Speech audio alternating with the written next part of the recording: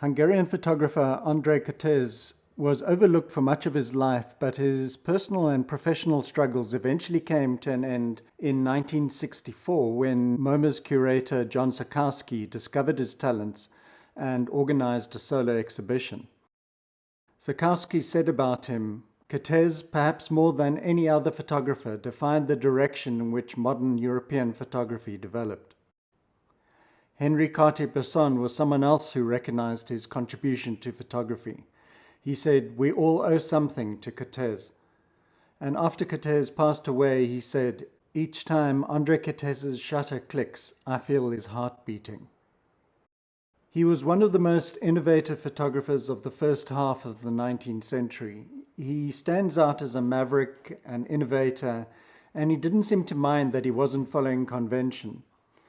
Perhaps he was a bit like Neil Young with his band Crazy Horse, being referred to as the godfather of grunge. Young was innovating with music in a way that set the stage for grunge bands like Nirvana and Pearl Jam to step up. Kertész explored movements and genres like minimalism, Dadaism, Cubism, Surrealism, photojournalism, documentary, and art. Fellow photographer Brassai said that he has two qualities that are essential for a great photographer: an insatiable curiosity about the world, about people, and about life, and a precise sense of form. Kertész was born in 1894 in Hungary, and he studied commerce in Budapest. He graduated as a banker and soon found work in the industry as a stockbroker. However, at the age of 18, he used his first paycheck to buy an ICA box camera. After a few years, he decided to pursue his photographic career and moved to Paris in search of the growing avant-garde movement. Along the way, he bought himself a Leica 35mm camera and began developing his appreciation for light and shadow.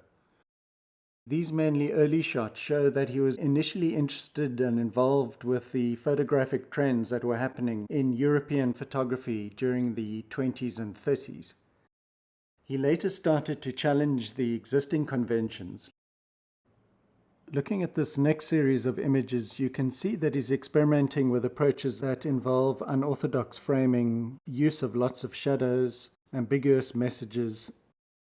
He also often used a zoom lens, and some of his images are playing with the visual variations that result from depth of field changes. He used mirrors to distort a series of scenes and nudes, and the results were in line with the surrealistic movement active at the time. Kertész's aesthetic inspired photographers that were around him, including André Kertész. They were both pushing the boundaries of photography, and I'm sure their creative influence was moving both ways. As a Jew, Kertész was forced to leave Paris before the Second World War and start again in New York. His momentum as one of the innovative photographers in Europe was lost because his approach was not really appreciated in America. He landed up working largely anonymously as a commercial photographer.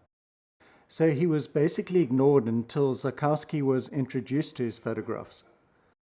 He integrated some of the American aesthetic into his work and delved into the areas of photojournalism and documentary. To end off this video, I'll highlight some photographers and photographic trends that have either been directly or indirectly influenced by this remarkable innovator.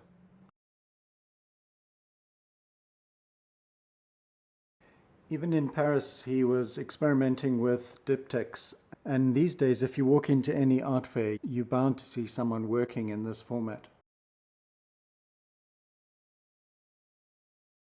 Andy Warhol and Jeff Wall are just two artists that have embraced this idea.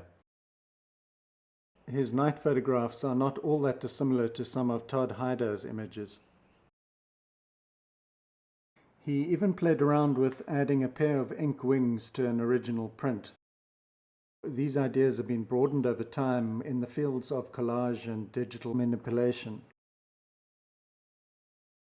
Thanks so much for watching, and please like and subscribe because it really helps, and I'll see you next time.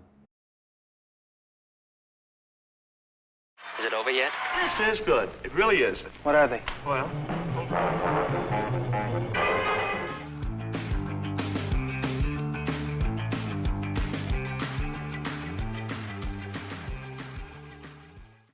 and find out what the future holds in store. Is it over yet?